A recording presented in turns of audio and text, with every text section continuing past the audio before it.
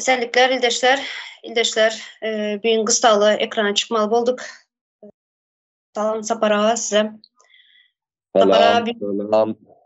ekrana çıkardım. Kıstalı bir hava vardı. Edil ekrana çıkarıyalak. Mümkünçülüğüme yoktu. Olun kıstağırlayan sok. Ava.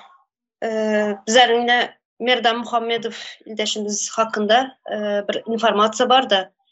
Hazır bir bugün çüslan neçesi 16'sı dekabrın 2024 yıl. Hazır bir yarım saat oldu. Bana bir can geldi. Şunun ısılı bilen, kısığını bilen size ekrana çağırdım. Kimden geldi bu can? Yine uzlaşmacı dep advokatlar dava iki taraf dava açanlaktı. Şu advokatının bir uzlaşmacısı bol ya, yaraştırmak için. Şu yine Merdan Muhammedov ildeşimizin 2022 yılda yankı neme diyorlar bular ilçinin işleyenleri var. Agenturna zincirin halkası şunyalı bir işlerini eden adam var. Ağa Murat Böreyev 2022 yılda prezidentlik saylavında Serdar Berdimuhamedov'un saylavında Berdine Türkiye'de yaşayan işleyen ildeşlerimize şunyalı propaganda işlerini edip adamlar çağırış eden nemeler var eken de sonuç Merdan Muhammedov ildeşimiz şunun hakkında şu zatları şunun adına video çekip bir tane kanalımıza video koyuptu. Yani şu adam şu Merdan Muhammedov bana hakaret edip dava açıptı. Yadınıza düşen olsa şunu haber kanallarını çıkarıptık. Yani şu uzlaşmacı bana can etti hazır. Ben ettim sen kim dedim. Ben dedi senin numaranı yani sen benim numarımı nereden aldın dedim. Sen numaranı YouTube'dan aldım dedi. İki tane Türk numarı var iken dedi. Bir Merdan Muhammedov numarı, bir hem senin numarın dedi. Şu Merdan Muhammedov'a ulaşıp bilmeyenim için sana can etmeli oldum dedi. Can etti, gürleştik. Son advokata can edeyim dedim. Biraz dedim şundan bir informasyon alayım dedim. Çünkü dedim Merdan Muhammedov'un dedim advokatı vardı dedim. Son advokata can ettim. Advokata can etsem Merdan Muhammedov'un dedi erkek doğanı bize vekalet verdi dedi. Onun dedi vekaleti bizlere geçmeye dedi. Son geçmeyen için sen dedi şu Merdan Muhammedov yani uzlaşmacı Merdan Muhammedov'u Türkmenistan'ın türmesinden vekalet alsın dedi. Alıp bilen bolsa dedi. Şun yal vekalet alıp bilse dedi. Bizler son bunun davasını nemedip bileriz de davasını iş alıp bileriz dedi. Sonra ben tezelden şu adama can ettim yani uzlaşmacı yani adama. Sonra sesini zapis edip aldım. Şunu bir dinleyeli başta neme hakta bu zatlar. Ya da siz birinci söz alın Sapara, sonra ben bu sesi dinledeyin size. Yo dinledi ver. Benim dinleyetim meliye. Bazı suçlarda uzlaştırma kapsamında. Evet.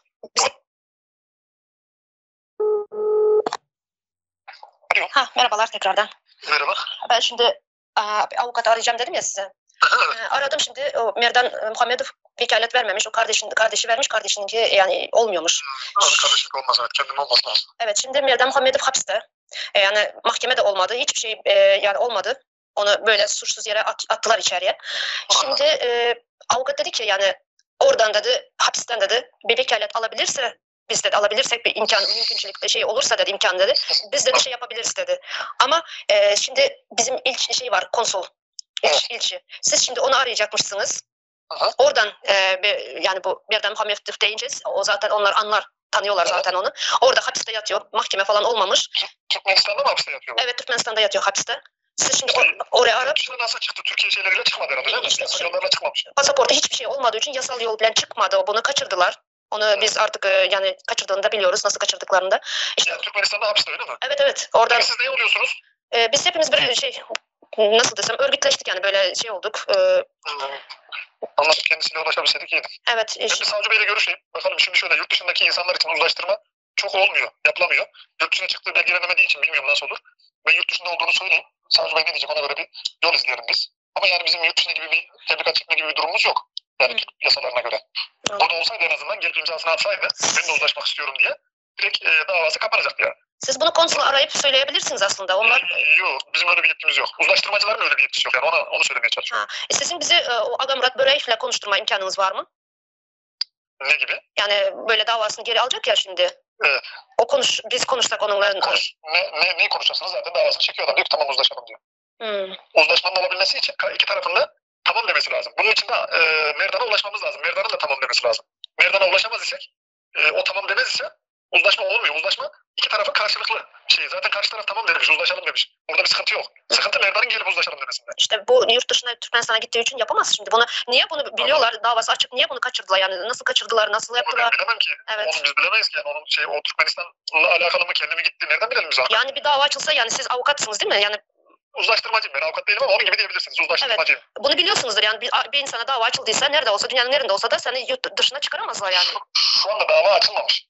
Evet. Yurt dışına çıkış yasağı falan yok. İstediği gibi çıkabilir, gidebilir, gelebilir. Onda sıkıntı yok. Şu anda soruşturma aşamasında uzlaşma sağlanamaz ise dava açılacak. Ondan sonra mahkeme görülecek, hakim karşısına çıkacak ya da çıkmayacak, orasını bilemiyorum. Zaten daha önce de olmuş herhalde. Yakalama çıkmış hakkında. Yakalamada yakalanmış, ifadesini vermiş. Evet. 6. ayda bir ifade vermiş. Evet. İşte ondan sonra da götürdüler. Bayram çıktı ortaya. Bayram girdi. Ya avukat da vekalet de alamadı. İşte böyle kaçırdılar çocuğu. Anladım. En azından avukatın vekaleti olsaydı, dosyaya vekalet sunsaydı avukatıyla yapabilirdik. Ama işte avukatın vekalet olmazsa onunla da olmaz yasal olarak. Yetişemedik ki. Vekalet alıp yetişemedik. Çocuktan kaçırdılar işte bizden gizli. Anladım. Evet, o zaman siz konsolosla arayamazsınız. Yok, bizim orayı arayıp konsoloslukla iletişime geçip bu şekilde bir yapabilecek bir durumumuz yok. Anladım. Kırşehir'den dediniz değil mi dava açılmış? Evet. Kırşehir'den açılmış. Kırşehir. Sizin adınız, soyadınız? Erkan Aksoy benim adım. Erkan Aksoy. Uzlaştırmacıyım ben. Yani savcılık beni yasal olarak bu iki kişinin dosyasında uzlaştırmacı olarak görevlendirdi. O ikisiyle de karşılıklı görüşmem lazım. Ben diğer taraf zaten numarası açık olsa ona direkt mesaj gidecek benim görevlendirildiğime dair. Evet. O 17 YouTube'daki numara var. 1799. Yanlış. Evet. 1766 mı? 99. O numaraya mesaj gidecekti ama açık olmadığı için kullanılmıyor, ulaşamadım. Mesela diğer tarafa mesaj gitmiş, o direkt beni aradı. Dedi ki böyle bir mesaj geldi, nedir ne değildir, ben izah ettim kendisine, bak böyle bir... Aga Murat Böreev. Nasıl? Aga Murat Böreev dediğiniz değil mi? Evet. O tamam dedi, yani onunla ta 2022 zamanında yapılmış bir olay dedi. Onunla görüşebildik çünkü numarası açık. Merdan'ın numarası açık olmadığı için görüşemedik. Hani WhatsApp'tan araştırdım, X'ten araştırdım, Instagram'dan araştırdım. Hani adına bir hesap varsa oradan mesaj atayım, dönüş yaparsa diye. Bulamadım, en son YouTube'da bir kanal buldum. Orada numaraları yazınca öyle aradım yani. Anladım. Şimdi ulaşmaya çalışıyorum. Tebligat dediniz ya, evinden taşındı falan dediniz. Şimdi bu gitmeyince yani bu şimdi uzlaşamazsınız. Nasıl olacak bu? İşte tebligat çekeceğiz ya. Savcı Bey'e söyleyeceğim zaten yurt dışında olduğu için. Dosyadan çekilmek isteyeceğim. Ondan sonra ne yapar savcı bey bilmiyorum, kabul ederse. Kabul etmese de adresine tebligat çekeceğiz. 3 gün içinde gel müracaat et diye. Gelmediği zaman uzlaşmayı kabul etmemiş savcı. Tamam, şimdi savcıya benim dediklerimi mutlaka söyleyin. Çünkü kaçırdılar. Evrakları yok, pasaport olmadığı için yasal yolla gitmedi bu çocuk. Çünkü pasaport olmadığı için uçakla indiremezler. Evet, pasaport yok yani. Hiçbir şey yok. Evet, pasaportu yok, uçakta gitmedi. Türkiye'de nasıl kalıyordu pasaportu yok ya? İşte evinin içinde kalıyordu. Yani kaçak kaldı. Hiç evin içinden çıkmıyordu. Bunu bir yalan yollar, bunu çıkarttılar, bir aramışlar. Bir işimiz var falan filan, çık demişler. Çıktığı yerde de yakalap götürmüşler. Anladım. İşte bunu savcıya mutlaka söyleyin. Çünkü görüşeyim savcı beyle. Evet. Ona göre bir hareket etmemiz gerekecek. Tamam. Keşke ulaşabilseydik yani dosyası kalkmış olacaktı yani. Bunu savcıya söylerseniz bize de çok yardımcı olacaksınız. Çünkü biz de yani şey oluyoruz bunu. Çünkü mahkeme olmadı çocuğa. Hiçbir şey yapmadılar. Böyle hapiste şu anda yatıyor. Burada da işte mahkeme aşamasına geçmeden önce uzlaştırma, yani bazı suçlarda uzlaştırma kapsamında. Evet. Bizde öyle bir şey yok. Hafif suçlar. Burada da uzlaştırma olduğu zaman dava açılmadan kapanıyor. Ama işte dava devam ederse, yani soruşturmadan sonra mahkeme aşaması gelecek. Mahkemeden yargılanacak. Hani belki ben çıkmadım, yargılanmadım diyebilir ama kendi gelmeyince tebligat adresine tebligat gönderir mahkeme. Evet. Bulmayınca gıyabında yargılanıp ceza verebilir. Onun için işte gelmiş olsa daha iyi olurdu. Aynen. Direkt dosyası kapanır. İşte burada da Türkiye'de de avukat şey yapamadık yani, vekalet alıp yetişemedik. Göstermediler, arayamadık. Hiçbir şey yapamadık. Böyle kaçırdılar. Tamam, teşekkür ederim. Tamam, yani bir şey olursa ararız, konuşuruz. Müsait olursanız ben yetkililere yeniden o biraz vereceğim. Gelişme olur, ulaşırsınız. Bir şeylik olursa bir numaradan ulaşabilirsiniz. Evet. Çünkü dosyasıyla alakalı benden iade etmez ya da devam edersen. Tamam. Çünkü çocuk suçsuz yere yatıyor. Biz de çok üzülüyoruz. Sizin de yardımınızı O Türkmenistan'daki suçundan dolayı yatıyor. Yok. O buraya yani 16-17 yaşında gelmiş. O suç işlememiş yani. Onu bilmiyorum işte, Türkmenistan'daki şey. Hayır. Evet, bizim ülkemizde. Tamam, onu bilemiyorum ama işte bu dosyayla ilgili bizim görüşmemiz gerekiyordu. Kaç sene? 14 sene olmuş. Ona göre görüş yaparız. Buraya geldiğine 14 sene olmuş yani, öyle oradan çocukken nasıl suçsuz? Sağ olun. Yine sabara eşittirdim bileşler. Sağ ol. Yani kat deme o neme tiyliğini demedipsin. Kat tiyledipsin. Hava almasında köp. Evet. Delem yok. Düşnüklü. O sağ ol. Neme berde bir aydırmalı atmadı. Bu zat yağdaya emmekşi biliye. Indi buun yani savcı diye de savcı olanı yani Türkmen demetine geçilen şu prokuror oluyor. O ne Türkiye savcısı biliye. O hareketlerini görür, Nimet yerler. O bu edilen neme Türkiye kanunlarında da kavat gelen nokta. O insan oğurluk debeti. İnni berde bir üstünde durmalı bir metele var da. Yine bir devlet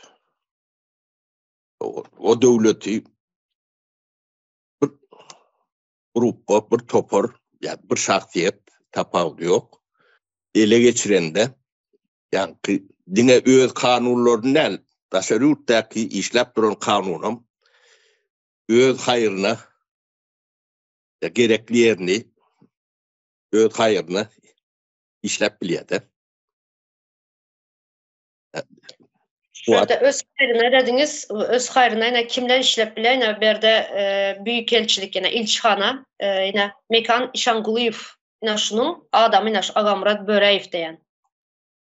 Yine şular yine şu zatların yine Merda Muhammedov'un kaçmasına, Merda Muhammedov'un yine yasal yol bilen değil de kaçak yol bilen alıp gitmesine kömekçi olan adamlar yine şu davanın açılmasına hakaret de açılan dava. Hakaret etti bana de. Yo Türkmenistan'la şurayalak bir bana hakaret etti deyip iş olacak bilen mi? Yok. Ha? Bunlar öde yurtlarını edip bilmeyen adını kanunun işleyen yerine hakaret deyip bana iş açtılar. Onun ne için açıyorlar? Onun aydıp verin. Demesi hikayet kendine. Türkiye'nin içinde 85 milyon halk yaşadı. Yani 50 pasportsuz bir adamını tapmak katı kıyınlar. Yani legal olsa tapılıya gidecek yer yok. Onun illegal olsa denizin içine daha şatanı alakta. O son tapma için üstünden şuraya şikayet etmeliler biri. Yurdun kanununu ulanıyor diyen sebebi. Şuloğlan Türkmenistan'da yaylak yaşayandı gözünü getirip görüm. Şu tayda bilmedim. Şuloğun mertebesini her adımda degendirler. Onun art eden yerleri yoktu. Allah edemezler. Bilmeyeler. Ne demek yani? Hakaretin ne meni? Milyonlar adamın mertebesini degendirler. Bağını çok gendirler. İş yerini darga diyandırlar. Batyandırlar. Atyandırlar. Onun hiç erik art eder yalak yerim yok da. Ne bulur sonu ne kanunun işleyen yerinde o önüne gereken ulanıyorlar.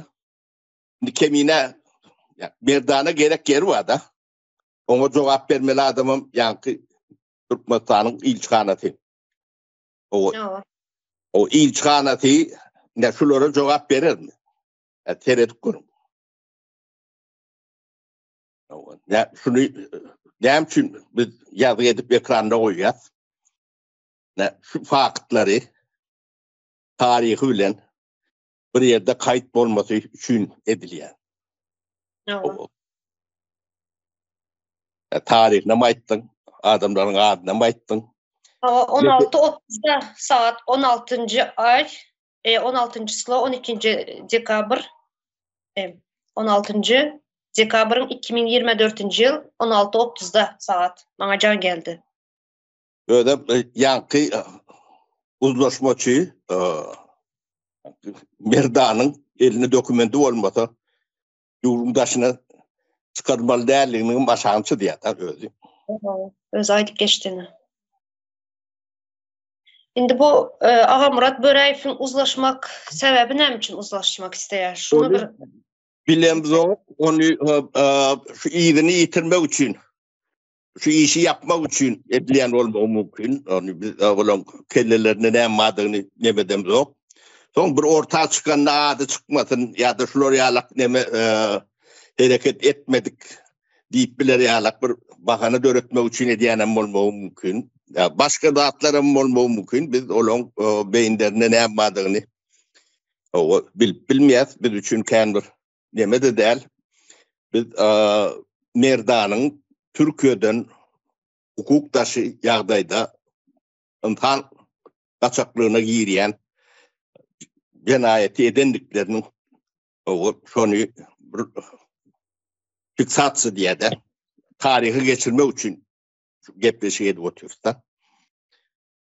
Bu insan kaçakçılığı ödem Türkmenistan'ın ilçitinin Türkmenistan'ın yani, istihbarat diye de MKM'sinin Türkiye'nin miyiti bilen bilelikte ya da onlardan habersiz edilen olmağı mümkün diyor. Haberleri bolmalım kandiyen. Biz bunların nemelerini biraz bilgilerini topladık. Türkmenistan'ın gelip yaşan zahirlerini kendi biliyor. Onun vaktiyelerine çözülmeli. Bu vaktine Türkmenistan o hukukun hiçbir nemetinden geçmeyen yağdayda yaşap görün devlet ne şu an Suriye'deki yağdaylara tiyine diyensiniz şunun türmeleri adamla batılışı yitirme edilişi hem beceti edil Türkmenistan'daki alaktır. Ya Türkmenistan'da belki de bulurdun taht ayrılan solmağı mümkün. Tabii Suriye'de 22-25 milyon halk var da. Sol halkın nemetine üçüne yani Suriye'deki bolyanda küçük derler. Ayrılan yönü Türkmenistan'da 4-5 milyon halk var. Yani türmesinin sani, gittiyen adamın sani, yitirilen adamların sani. Bunun adam başına düşen deyip hataplasan Türkmenistan hataylığa çağdaydıdır. O türmelerin mendeştir, yani korku, imperiya, hem mecetin hikayeti, tarihi mendeşirek, bunun soğun mendeş. Ne onun ne bir Türkmen illeşlerimize yatlatmak için aydın. Bunun hem mecetin soğunu mendeştir. Yani o gün gelmeli. Şoğun onu biz ne çok oluyordik bilsek, sonuçta oluyor çok oluyor. Yani oğlum gelmeli, hükman gelmeli. O yetir gelmeye mümkün, bir aydan gelmeye mümkün, bir yıldan gelmeye mümkün. Suriye'de 10 yıldan son geldi de. Ödem 10 günde de yıkıldı. Türkmenistan Suriye'den hep çürük bir devlet. İçi boş, yine kabığı. O tuğla nereden geldi yıkılacak. Yani bir yerden tuğla gelmeli. Kemal Turmalı. Soları alak, oğlum ben nemem şu at ki nemem de şu yönü. Şu kaçıran adamın familyasından aydıp geçeli Övezov yine geldik Erizov gepleşinde bir sanın gepleşinde aydıp geçtiniz şu Merdan Muhammedov'u orlanan vaxtları. Övezov dep aydıp geçti. Yine adını bilmeyiz, familyasını bileyiz Övezov dep. Yine şu kaçıranlarından biri. Hemmesinin yan qaydışınız yalı yaşayan yerleri, nem edip yürürler berde, hemmesinin bilgileri var bizde. Onu vaxt gelende çıkarıp görkezeri sağla. Nemesi inandırıcı nemeti Türkiye de bolup geçiyor da bu datlar. Keminen oğurluk kaydılan yeri Türkiye. Ödem Türkiye hükümetinin el var deydiren yağdaya getiriyorlar da. Bu bir devlet için o katı ulu matkaraçılıktır. Bunun yani Saddam diyen Asad, Başar Asad'dan bunun hiçbir üytgöşük Ya kovu yeri yok. O. Şu da atları kardeşlerimiz selcermeli mi kendiyen? Yana sesini dinleyen bolsan şu uzlaşmacaydı da 3 günden öyüne tebligat gönderir. Son eğer cevap gelmese de ben ize çekilerin dedi. Bulam şunun yalı bir nemeni kokusu gelip duran da bunun aydıp düşündürdüm kaçırdılar dedim. Pasportu hiç satı yok dedim. Kaçıranları 3'ün dedim. Berde yasal yol bilen gitmedi. Yani uçağa minmedi dedim. Kaçırdılar dedim için bulam biraz neme tedirgin oldu mu? Ben de ize çekilecek dedi. Davanın sonu nemşetseler etsinler dep duran da şunu yalı bir nemet oldu bu adama. Bu şey diğer olun savcı var ya savcı bu onu bilgilendirmeli. Mesela şu savcıdadır. Şu reaksiyet neyle kuracak? Bu çekilip bilir bu bir yani kaptanla advokat tutulan yalak bir deme olmalı. Yani savcı kanunu gözevçülük eden adam da olur neyle reaktör kuracak, onu vaat kurulur. O şeyler ne bizim yurdumuz şunu alak. Çünkü yurdu başka birinin eline geçenine kanunlar halkın karşını işleyendir. Şonu ulonyalar bulun eline şol eyen bir kudret yalak, güç yalak korkal yadı. Türmeler oluyor ellerine. O türmelerin içindeki adamlar o şolun en beceri günahıdır. O türmen maksadı ne? Şu cemiyetten yani kovuklu adamları bu izale etmek. Büyük maksadı. Neyse Suriye'de türmeleri açanlarına mümlerce adam taşına çıkarlar. O şolar Suriye hükümetine, devletine, halkına o nehilik veriler verdilerler. Ne teredesiniz ne? O delili kimler veriyor? Türme takçıları, türmeleri. Bu korku imperiyatının yani bir esası sütünü türmelerdir.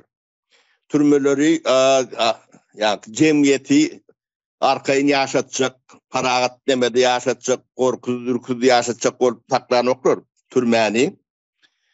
O korku için, yani korku imperiyatını kurmak için o taydaki adamların hiçbir cemiyet için hopam yoktur. Yani şu korku diyen adamlar yani yine cemiyetine ne mi hop bilir? Yani Türk vatanına da türmeler boşadılmalılar, hem de boşadılmalılar. Ödem derhal neyse bakım edip bildiler sonuçta davat kalırlar. O neyse giyecek bildilerin yani öğüleri için yerbet boş türmede işleyen adamlar vardır. Şu dahilli adamlar o adamlar sizi tutun yerine dağdan atarlar. Şu an Suriye'de de şu oluyor da. Onlar eşiklerini çıkarıp yemelerini çıkarıp kaçıyorlar da onu ele düşeni atılıyor. Yani bir yetteki sağlığını atıptırlar da. Türmede işleyen demeden sizin kurtulacak yeriniz yok. Size ettiren adamlar bir onlara hosta çıkıp biliyor. Saddam'a Putin hosta çıkıptır da. Yani Saddam'ı Putin taklap bilmiyor. Görürsünüz. O intiharlık suçunu işleyen adamları o hiçbir devlet taklap bilmiyor. Esad'ı den Esad. Saddam değil. Ben deme diyen karşılayan şulun. Şimdi Sapara şu bütün dünyada türmeler var. Olmalı hem türme. Doğru mu? Yöneş türmelerin kuralları olmalı. Düzeni olmalı. Yine Bakanlar Komitesi'nin Avrupa cezaevi kurallarına dair üye devletler diye. Yine Avrupa nemesine kurallar dair devletler olsa biz hem şuna giriyez. Doğru mu? Türkmenistan'ın adam Yok, onu giyiremiz yok, biz gol çekemiz yok. Türkiye giydiye, son için Avrupa Birliği'ne giyirecek gol Türkiye. Avrupa İnsan Hakları Nemeti'nin vekili Türkmenistan bilemok, değil mi kendiyen? Men fikrimçe. adam haklarının üyesi bizler ağzası. Birleşen Milletler Uğramasında okey. Men Avrupa Süydünün nemetini vururun ediyen. Ava. Indi neşirde kurallar var. Her bir türmenin yani kuralları, düzenleri var. Yöne bizlerde yine adam hakları kanunlarına ağza bizler yöne hiçbir kurala uymayalar. Türkmenistan'ın içinde türmeler görenizden ikili bir düzgünçülükler. Dünkü gepleşiğimizde Arslan ildeşimiz bilen gepleşiğimizde maydı düşündürüp geçtik şunları nekili bir düzgünçülükler bolup geçe. Köprağın Zenanların türmeğine Daşavuzdaki türmelerde nekili yani korkunç zatlar bolup geçerdi. Şu zatlar adam haklarına giren bolsalar, ağzası bolsa nemçi bu zatları berca etmeyeler.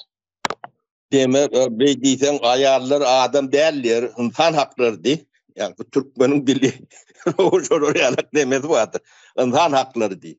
Adam diýsen o erkek adama adam diýenler, o ayal adama adam diýenlerdir. Türkmenin şoralak bir häbilen bir urodly demeleri vardır. İnsan hakları. O dil sürtüşme diýýämi, ya dil oyunları diýýämi şoralak demeleri vardır. İnsan hakları. O insan adam bolun yönü bizde erkek adam diye ayala adama diýen oklar da. Onun şeylik geçiyor bu käbir yerlerde.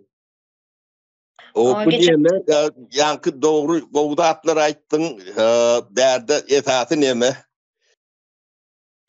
Yurdun eýeti halktyr. Halkın kontrolsüz hiç bir obyekti bolmalylar. Türmede şoň içindedir. Cemiyetin kontrolü bolmadyk. Hiç bir guruluş kuramam bolmalylar. O cemiyet diýäniň halktyr. Halkam bu yurdun eýetidir. Bu yurdun eýetiniň o kontrolsüz hiç bir yer bolmalylar. Ne şu da atlan hem beceti ne bolup geçen de atlan yurdu bir topor ya da bir şahsiyet ele geçirenle bolup bilýän datlary.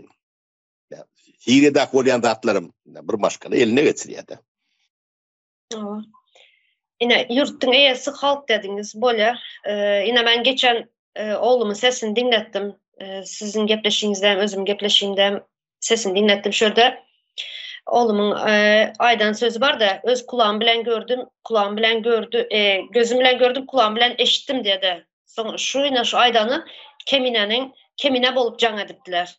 Keminenin sesini eşittim diye. Kemine telefonda yine Kemine bize bilen gürleşip oturan sizler Kemine satya diyen yaladık gürleşemiş de.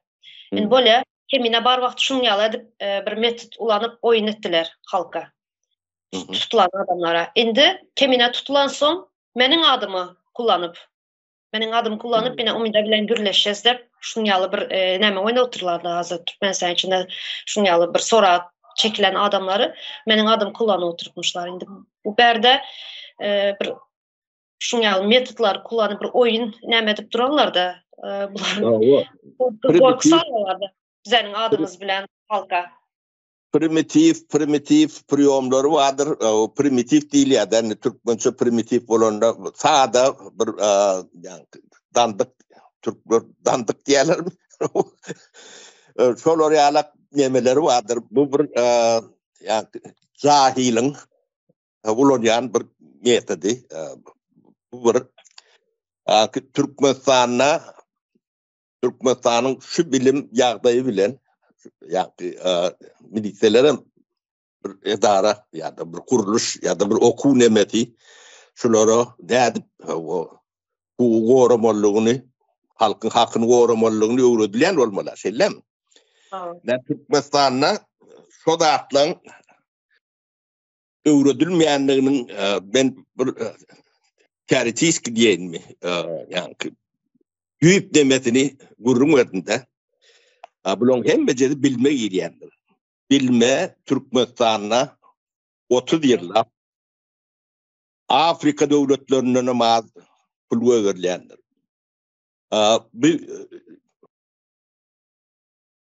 Bu iyidinin şeyle uly zıncır bolup gidýän betbakçylykları vardır. Bunu tecrübeňiz bolmasa gözüňize getirip bilýän dälsiňiz elbetde. Ine Türkmenistanda korrupsiýa var diýilýändir. Selam. O korrupsiýa nirden gelýär? O bir adam erwet bolup edýämi ýa-da başga da şuň sebäpler bardyr. Şuň sebäbi 100% Türkmenistanyň hökümetine degişildir. Oňa men bir näçe sebäbini aýdyp berýän. Mollumlar bu arada sebäbini aýdyp berdiler. Şulara ýa bilim demesine pul berýän. Ne Türkmenistanyň büdjet işgärleri diýip terminologiýany eşitýänsiň. Selam. Büdjet. Ya o prezidentim şunun içine girýändir. O da büdjet. Yani devletin pul berýän nemesine büdjet işgärleri diýilýär. Şular hemme jetin 100% alın aylıklarına seyredin. Bunun yani Türkmenistan'ın yalan resmi kursu bilen ölçemen o çın bağlar kursu bilen ölçek. Şular hiçbiri yine de bir tapar gaytalavaydan hiçbiri büdjetten alyan aylığı bilen gün görüp bilmeýär. Prezident ne çendi? O ministrler ne çendi? O ondan näme bolýar? Şu prezident maşin minip ýöre. O odar katulmaýar. O saat çalýar. O partiýa nemede ýa-ki nemelerini görkezýär. Bat nemedýär. O niden alýar bu adam? Oňa aýlygy yetmeliler. Zaten geçen sapara. Belki atasından galan mirastır. Atasından türme sakçısı gardiyan bolup işleyen. Bolup biler mi? Yo atasından atasının alan pulum yetmelilerle. Prezidentin aýlygy şoň geýýän kastumna yeten nokta.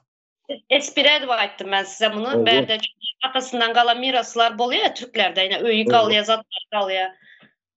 Şonuň üçin aýtdym. Onu biz ya Sovet Soýuzy ýykylan soň şu zatlary Kommunistik partiýa wekillerine, soň demokrat bolan wekillerine düşündirjek bolýardyk da. O özlerim ýaşap bilen ok. Onam ýa-ki gidläbim duranoklar. O ýokurda oturanlary etini şek aragyny, demetini, çekçek çilimini biri etip bermeli. Bir ýol bilen. O bayramda o kutlan olup demetmeli, ýene burada sebäbi yetmeýän hemme kim görýär. Men özüm arada görürüm verdim-de. Men aýlygym men çoprun aýlygyna täze kende. O çopra maşinine jogap berýär. Benim 2500 tane edaran nemesini çekkenle. Ben o laylık bilen ýaşap bilmejegimi düşündüp berýändim. Ben onu gidläbim ýöremek şo adam aýdýardım. O aýdýanyň sebäbi biz öz işgärlerimize 5 etne aýlyk berýärdik. İşletmek üçin. Özümde malýardyk. Näme üçin gidläýin? Ödem onom kanuny ýol bilen edip bilen boktuk. Yine ister istemez korrupsiya başvurmak zorunda kalasınız, doğru mu? Yok, bizimki korrupsiya değil. Yani bazı iqtisadiyetine geçtik, bu zatlar şeyle bolmuyor. Öz kazanan pulumuzdan ne diyet? Devletin pulundan oğurlap alamız yok. Allah büdjetten mi alamız yok? Kaytan büdjete veriyordu. Yani adamları işletmek için eden işinin karşılığını vermelidir. Cevapkarçılığına uğra, kapitensiyetine uğra, adam yalak yaşap bilir yalak aylık vermelidir. O militseler büdjeti işgarına giriyor mu? Giriyor yok. Giriyor. prokuror giren ok mu? Giriye. Ha? Ministerlerin biriye. Hemmeceten biriye. Şolong biren aylığına 10 güne yaşap bilen ok. Sağlar çoğularım var. Zayı var, yeri var. Hı? Bu da 30 yılın veri. Bunu 92. yılla edip gördük de. O biz niye yedik? Yani öğrenimçilik birleşirdik de. Biz bunu öğrenimçilikte bu datları edip biliyorduk. Yani bizi yani ministerstvo ettiler de. Yetmeyen ministerstvo derleyedik de. Bu ministerstvo etsek biz yani öğrenimçilikteki işleşimi değerli işler bilemiyoruz. Öğrenimçilikte sen pul kazanıyor. Kadının pulundan breve veriyor. Ama ministerstvo etse sen eğer büdcet işgari oluyor. Düşünüyor musun? O tana ştatlı raspisaniyen bile neyse adam gerek değilse o şol adamı saklayan aylığım şunca olmalıydı, şu aylığı vermediler. O şunu biz yani komünistlere düşündürüp bilmedik. O düşünmek ümitlen oklar. Yöne Sovyet dövrünü o kent pul kazanmak günah bilen şeyler. Allah. Cenayetti. O hem de çok cenayettin bilye. Yöne ölülerin eline neme geçenine bunun işlerleri, demeleri hiç razmeri yoktu. O nefslerinin nemeleri şunlarla. Onun ne uğurlayalar adamların böyle adamlar nemeden oklar. Olur ne bir aşamalı deyip bilen oklar da. Şu da atları üredik oluyor. Üretmesi için iktisadi reforma deyip neme aydamlı oğa. Hep köyünü sistemde yaşap o bazı iktisadiyet yalağım kazanç etip bilmezdi. Reform yapman gerekti. Sapara şu başta yankı bilime gelelim yine.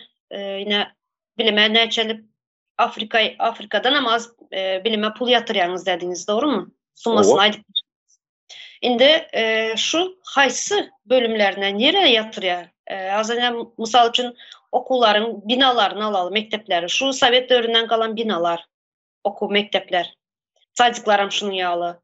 Kurulandır yine paytaxtda bir neçə yerlerde kuruldu böyle. Ulan kulaklamak için deyip düşünüyorum. Çünkü sadece duvarını kuruyorlar. İçinin esbapları hem mezadı yani bir parta zatları, perdeleri, ana şu zatlarını yani enatalar alıyorlar bu zatları. Yani köne binalara, mekteplerde her yıl remont bolan vaxtı hem mezat enatadan çıkıyor. Yani özüm bilen çağa okudanım için. Hem mezat remontunun şuabrasına çelle, şu çangalyan trepkasına çelle özlerimizi alıyorduk. Onda bu devlet neremesine pul çıkarıyor bilim için? Bilime, yani devletin bilime çıkarayan pulu iş adı yeten ok, yetmelem değil. Muallimden tanına da yeten ok. Onun aylıklarına da yeten ok, iyi bili. Bunu yani büdcetten şu da atılan yükünü düşürmek için başta 9 klas edenlerler. 9 klas etten eyyem 10% demen ayrılıyor da. Onun muallimden tanı kıyıtkadırlıyor. Onun yakın mektep değil, yani beylek satsal nemelerem kıyıtkadırlar da. O yani büdcetten ağramını ayırmasalar büdcet dilemet yılla gerek de. Yani ben Şvedya bilen o Finlandiya bilen Norveçya bilen degeçtirdim de. Şvedya'da 39 milyar dolar yeme yılla yani bilime yatırılan pul 39 milyar.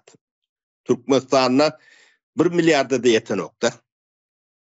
O yalan neme yani kıçın kursa bölsen o 250 milyondan ağırlık geçen nokta. Ona yılla vermelisin. Şey bu. Ne yılla Türkmenistan'ın bilime vermeli ilmiden bir mümkünçülüğü vardı. O kıyın olan vaktları biz de şu en kıyın vaktları işledik de. Biz büdjetin 60%'ini ödümüz kazanıp büdjete veriyorduk.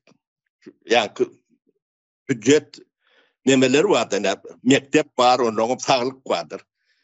En önemli nemeleri şolara yetsin dip veriyorduk biz. O bizim borcumuz da değil. Yani ondan sonra bu da atları beriyen, edip bilen demeler gittiğince pete düşüp başladı. Pete düşüyenliğin sebebi bunlar bazı iqtisadiyetten Hudaydan korkuyorlar.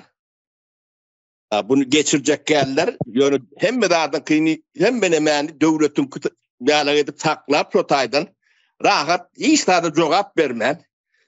O kelleğini ağırtman.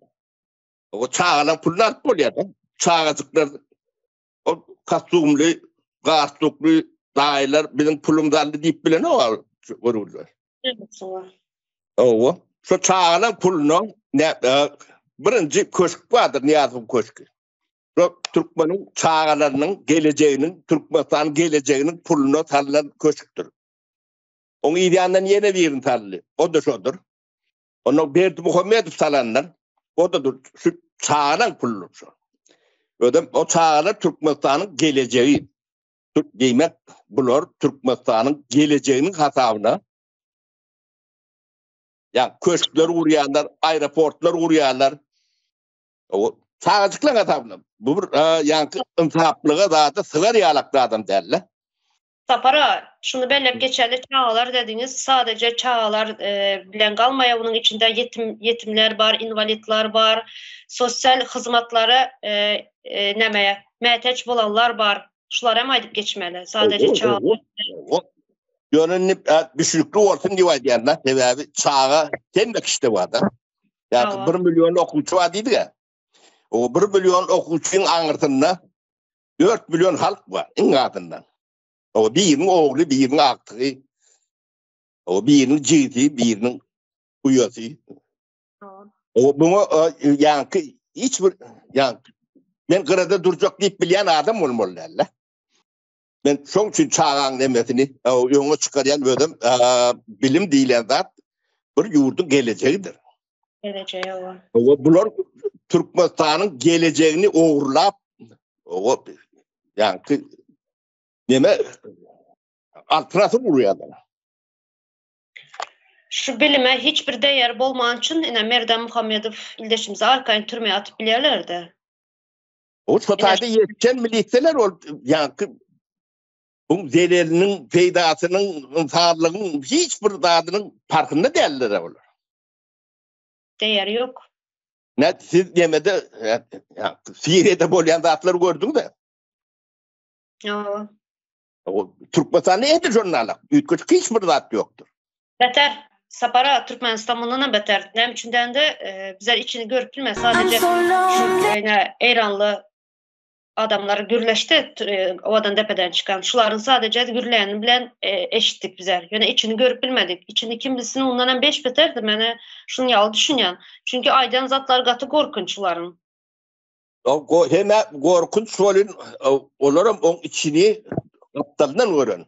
O korpusta değil bunlar. O korpusun yanına korpusu. Yani hakiki görmeli korpuslar var. Onlardan taş buluyor. Tetini eşleyendirler kati. Şu içinde işleyen gardiyanlara yine Berde'ne Suriye'de Görkez'de geçen şurada koyduk ekrana. Rus adamları, Rusça yazılan kağıtlar stolun üstünde duranlar. Yine nemesi kabinet, bir zatın kabineti nemede. Taneleri en gıdıklı yeri şu tayda bir preti örkö diyendirler. Adam preti var dedi ya preti. Ne şu pretin ulluğuna teredin. Eğer bir ulluğun yani önümçülüğün preti ya pret mi? O kan preti olmalı, yeni nemesi olmalı. Olur ya preti ilk ülek grup üstüne cay vuruluyor da. O şu pretim ortayadık preti. Ortmalı. Ay diyem ya. Bir peridaçı da gurku diye. Markadına mı diye da. Neyme preti, bağdına diye da. Sadece preslap kalmayan kislata koyup yoklanlar hem varmış ölüleri kislata koyup sönüklerini eridip. Şunu yazatlara maydıp geçerler. O neme şu türmeni yani 81. mi 87. yılda uğrayalar da. Peki. O şu projektine görürsün ortlar edenler. Tamam. Çıkaralı. Araştırı otuklarında. Evet abi yankı şu korku imperiyeti vardır. Anırdan yankı ulak dip bilen de yani Sibir'deki lagırlar dağıtlar vardır. Hemmeti yankı orsun hemmetinden gelyendir anırdan tecrübe büyük demel solonkudur. O konsultatlarım, o bilgilerim, nerede bir işletmeliğim, şu devlet bilen o yakınlaştan bir kaptanın sonuna alıp koyuyordu. Ne şu an Ukrayna'da uruş ne yapıyorsun diye. O Ukrayna şunun arbitatından çıkacak bolonu için diye. Çıkacak. Rusya'da ne yapıyorsun için yani halk bilen yani, orta tarafının nemeti bilen saklaşıklar uruş olup dur şu an. Şularım Ruslardan çıkmak için. O da şudur. Yine bizlerinki hiç imtilen yok. Tam tersine bizlerinkiler Ruslar bizlere kömeye diye bizlerin Bu propagandadır. Düğüne çenli Siyerlerim şey diye. Большой bratımız da hep koyanlar Rusları. Bizlerinkiler. Yine bizler Sapara yine bir kızıklı yerde yine bütün dünyadan Suriye'ye gidip jurnalistler sinimat edip şu türmelerin içine hem dilde yani her dilde şunyalı gepleşikler çıkarıp demeleri görkezlerleri de YouTube'da YouTuber bloggerler. Yine bizlerden yok Türkmenistan'dan. Neme Aytmayalar. düşündüm ben bir kere daha çanda bizde yani yeki bizde değil postsovet demesinden Sovet dövründe jurnalist bolon nedir olur yala küner yoktu diyen olun jurnalistler Katuriye'de. O propagandistler ölen jurnalistleri o birleştirip aydanın ölen o jurnalist olduğunu derler. O şolor yalak peride açıları yetmeyenin sebebi çok hüner yoktur.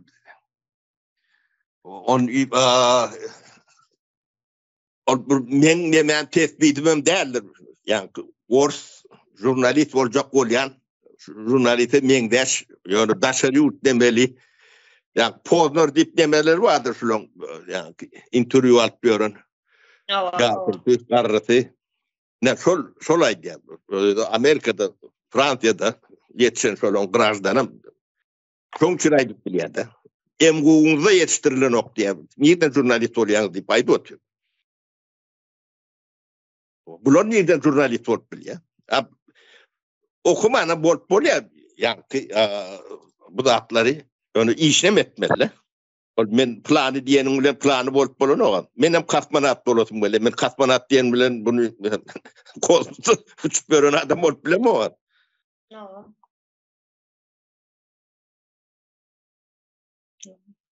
Yine şurada yine bir kızıklı yeri Sapara şu yankı Sidney türmesinin neçe metre yerinde 300 metre yerinde dedim şu Bratski Magila yani hemen gömüpler de üst üstüne şunu alındı mazlarını topraklarının altını gömüp çıkarıp yani ölülerin sineklerini çıkar otururlar. Yine bizler de hemen şu Kurban Ağa yani Kurban Ağa'dan nel beyleki oğlanlar aidiyatı yani yerinden korkacak adamlar var. O da Türkmenistan'ın yani o da netan toğuruklarında da var olur yanaklar. Yani 50 binden uğrak adamın yitenliği 50 ders var. 50 bin. Onun kendi olmağı mümkün. Yani abdel. Şunun öldüren adamların.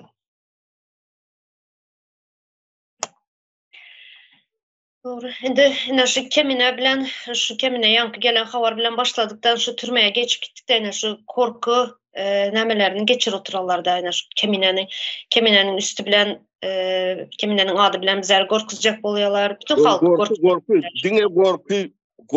Bular korku bilen ayakta otururlar da bolmasa demelerinin hemme de çüyrük, içi boş. O hiç demeleri yok. Ne aydık geçtiniz. O bulon milletvekillerim yalan. O halk maslahatı düğünden yalan. On başına şu at men halk maslahatın başına oturuyor da. Halk lider diye. O da yalan. O yalan diye olsa yani Türkmenistan'ı bolyan atlar var da. Yani şolar gündeme çıkarmalılar. Ne şu an Suriye'de bolyan atlar vardır. Türkmenistan televizyonunda belirlemiş o.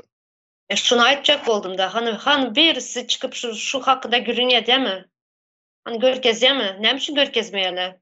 Yoksa gorkýarlar mı? Bizlerinki owadan depenin hem sıra açılar dep.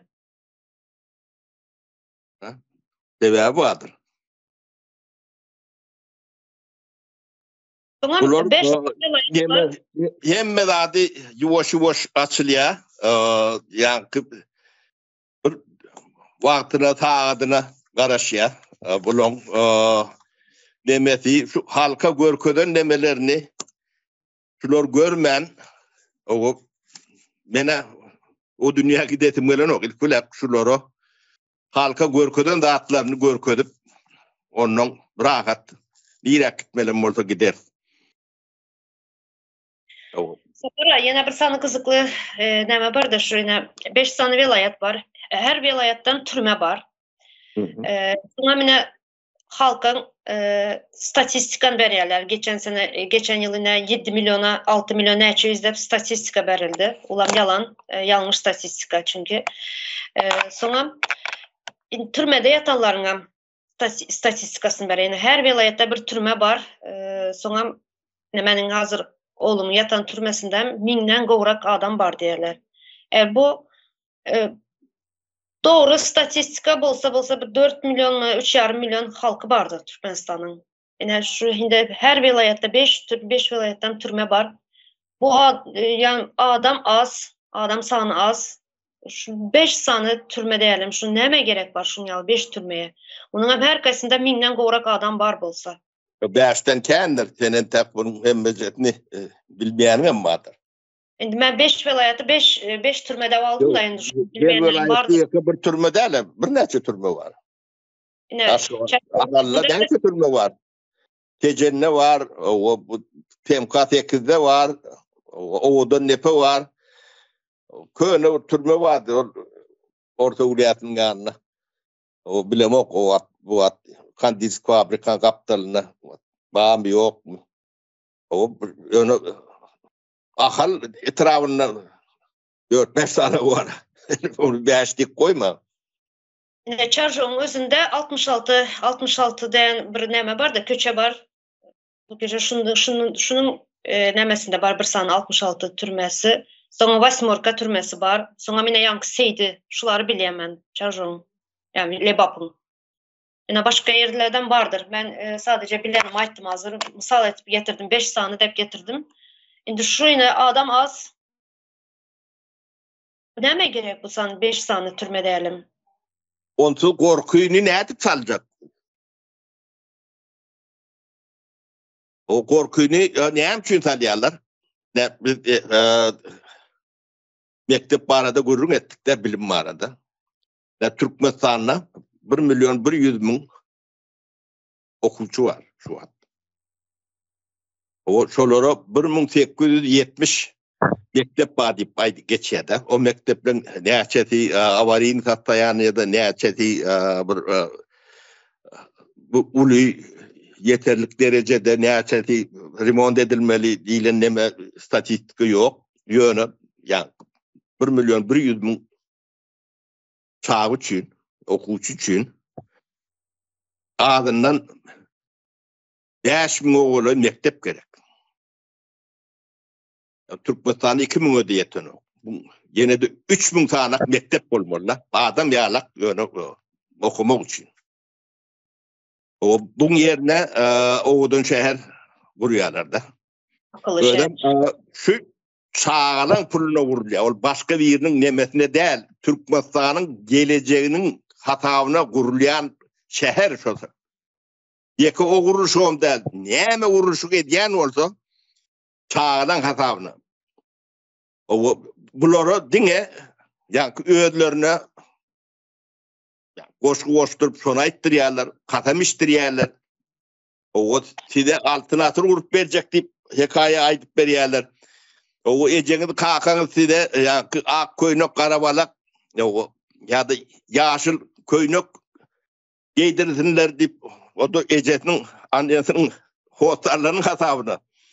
O dine yani bir tiyatr oynayan yalak sahne. O dem için Türkmenistan'da şu eşiğe yüz veriyorlar. Yani sahne, görünüş olsun diyorlar. İşi bilen, mangı bilen, emeti bilen bunun hiç işi yok. O görünüşe yine de enet atasına demetmeliyim. Yani yerde ingervedi ne bazı kıyadetine geçiler olsa ondan mektepler devletin değerlerinin o şahsi, hususi mektepler var olan olsa Türkmenistan bu yağdaya düşmezdi. Şu an Türkmenistan'la devlet bürokratiyasını döretecek olsan son spesiallik yok. Son 20%'de mignap olan yoktur. Şu an bunlar bürokrat oğru neyme deyip bastırıp gören adamlar var. Şoları şem bilen gözlötegim tapılmıyor. Yok şolar. Gözlerim yetiştiren oklar. Yani bunlar yalak yatırım yapıp spesialit yetiştirip bolyan nerede? O hem de dine pula da duruyan nerede olun yönü büdjet yetahtır. O sen muhtaşından spesialit getirip o konsultasyon bilmezsin ya. O bibliotekaların yapılanan sonundur. O kitapların perivod edilmeyenem sonundur. Dünyada günde milyonlarca kitap çıkar. O gereklisini alıp öz diline tercüme etmeli. O sodatlara hiç bir köpük böverleyenlerdir. O blok ayyan da adı ne şey deyip düşünüyorlar. O çağlar o nesilden yetişecek diye. Bana nelme diye. O iyilik çağası bilen diye. Ben şun sizin başınızda oturuyorum. Şunu sorup bilen diye. Bana şun gerek diye. Onun çağına pulunu uğurluyorlar. O şun kendi şu kahraman olan adamlar vardır Türkmenistan'ın. Şunun elinden kahramanlık alan adamlar. Hemmeti şu çağalan pulunu yemetip gören adamlar. Mecliste oturanlarım çağalan pulunu. Bunlarda intihap yok da. Vicdanım yok. Ahlakım yok. O çağızın pulunu. Yani aydım ayıp gören nemesi var gitarı. Şu da Türkmen'in çağasının pulunu. Son hatabına. Şurada yana kitap hakkında, gürün ettiğinizde kitaplar hakkında, yine şurada misal için banka işgerleri olsun, bir devlet işinde işleyen adamları, şuların özünün spesialini bir nemeleri bol ya, ne desem, kuramayalı, şu çağalarına, şu işgerlerinin çağalarına spesial kitaplar bol ya. Kitaplar paylayalar. Her ay şunu yalı, ben yine işleyen yerine çağa baktım da, şunda maması işlep çıkan, pensioner bankta yine iş bankasında işlep çıkan şunun spesialini özlerinin çıkaran kitapları var çağalar için. Yine misal için benim aktığım barda yazdırıyor. Şun her ay kitap veriyorlar. Her ay yine 1 yaş olsa 1 yaşlık kitaplar, 2 yaş olsa 2 yaşlık kitaplar, ne şun yalı spesialini nemeleri var. Şun kuruluşları var. Yine bizlerde var mı şun yalı? Çağalar şun yalı kitapa öğretip kitapa kızıktırıyorlar mı? Hiç şun yalı zat yok. Bir vaxtlar ne Murzilka, son Tokmak diyen jurnallar çıkıyordu. Bir vaxtlar bize çağa vaxtlarımız. Ya o da yetersiz. Yani bulun ediyen dadı ne çocuğa adacık büdjetin hatabına öde reklamalarını yapıyorlar da. Bulun portretlerine o ya son eşiklerine yine de yani maketlerine gidiyor da. Hawa. Soňra meňa gurulşyk dep geçdiňiz. Ine şu men dünkü gepleşimiň aşagyna bir ildeşimiz, Halkara Sud diýen bir profilde bir ildeşimiz bir video paylaşan. Şurada 22. minut ile 23'ün arasında şu ine Türkiýede, Ankara'da en bay öýü video düşüripdiler. En gymmat öý. Ine şunda şu 22 bilen 23'ün minutun arasında aýdyp geçýär meniň de kakam diye, atam diye Türkmenistan'da gurulşykda işleýe diye. Şu gurulşykda işlep şu jaýy gurduk diye. Yani şu pullar bilen şu jaýy gurduk diye aýdyp berýär. Ine Türkiýanyň en gymmat öýü şu. Yani şurada Türkmenistan'da gurulşyk edip gurulşygy ine bizleriň pullarymyza, bizleriň çağamyza ýene sapara siz aýdanyňyza Türkmenistan'ın gelecek neslinin pullarına ne berde Türkiye'de şunyal gymmat öýleri gurup duvares yani büyük bir duvares şunyal öýleri gurup berde keyip çekip ýörerler. Bize ne bir şey çağlar. Yeke keypem däl, o bir topor Türkmen şolon hyzmatkary bolup ýörendim. Ahmet Salıp'ın başkalarına näçe danap Türkmen işleýär ya da tabancan başkalarının demesinde näçe Türkmen hyzmatkary bolup ýörendim. Ya da Ahmet Salın kapısını tüpürüp öğrenmadır, Türkmendir. O çağızda pulu. İldeşlerimiz görsün şurada 22 ile 23. minutun arasında şu oğlan aýdyp geçemenin Türkmenistan'da adam gurulşykda işlep ne şunu yaladıp bize şu jaýlar kurduk da. Görüngler, nerkiledip bizlerin hakkımızı yap, çağlarımızın, neslimizin hakkını yap, nerkiledip yaşap yürenler, adamlar. Deme Merdan'dan başladık. Başka yerlere gittik bolun ýöne şol atlan sebäbi şolong bu nemesi alyp barýan bu tiýatrda madip bolanok bolun öýlerini alyp başlary sebäpleri ýa-ni Merdan ýalak ýigitlerimiz entek bular kän horla jogam diýe bunu bagymrak bulong bellisini yokman etmeli. Ýöne bu zatlaryň hemmejesi ilkulak türmeden başlaýandyr. Şu türmeleri biz şulara açtırmaly. Adamlara göz örtmeli. Türkmen halky şunu edip bilmese gorkudan çıkıp bilen nokta. O bulong eline ýa-ni gorky imperiýaty mehanizm otýurdy. Şunu şulong elinden alınmasa o şol açılan onun ertesi bular yıkılıyor. Onu maydalı bu içi boş çürük bir ağaç o içi çürüyen dine taşı var, kağı vardır. Yani ilkulak türme. Şu türmeni boşaltman o adamlardan cenayet etti neyemedi piç korkmalılarlar şulardan hopullarlar. Şu adamlık görünen orada şulardan hopullarlar. O adam yanım olsa bir adam yarım adam yer. O da o adamın çıkmadığı bir ayaktası hatin emedir. O bular yumlat geleceğini diye o kadar otuyorlar. Çünkü türmeleri açmalılar şunu önüne peyatkel olayan adamlar linç edilecektir. Atılacaktır. Suriye'de nihayet hana nasıllar şu an. Tutun yerlerini atıyorlar. Indi şurada gızıklı yeri, yine şu Ağa Murat Böreyev men uzlaşacak davaydan. Şunu yalı bolca şu zatları belki önünden nemedip mi? Gorkandan için mi uzlaşacak bolup biler? Sapara uzlaşmak isteyen de. Nemediğini bilmemesini ben konkret aydıp bilecek gel. O bir için bir kendi kılıklam değil. Yöne bir yerlerde şu sorular nämediler öňünden gaçaly diýen bolmaklary gaty ähtimal diýip demediýänler. Bir sebäpkär dällik, o neme dällik diýmek üçin. O bir ekrana da şoň üçin bir ýa tarihte galtyn diýip, ýyl galtyn diýip edýär. Indi bu ne çıkarar bilmeýäs hazırdan ýöne gelişmelerden son haberler ederiz ya ildeşlerimize yine bir gelişme bolsa eğer. Əzilikçe şunu yalı bir näme geldi de can geldi. Ben sizi apar topar çıkarttım ekrana. Sapara. Bolya sağ ol benim yani gripleptirin mi? Geçmiş Bilmedim. olsun. O nemeler mıngıllap dur. Sesmem nemerek gelýärler. Böyle yine de geldiniz Sapara, köp sağ olun. Sözümü Bolya tutmadım. size de sağ olun. Sağ olun. Bolya, Sağlıklı sağ olun. görüşelim. İyileşlere de sağ olsun aydiyat. Sağlıklı görüşelim. Sağ olun.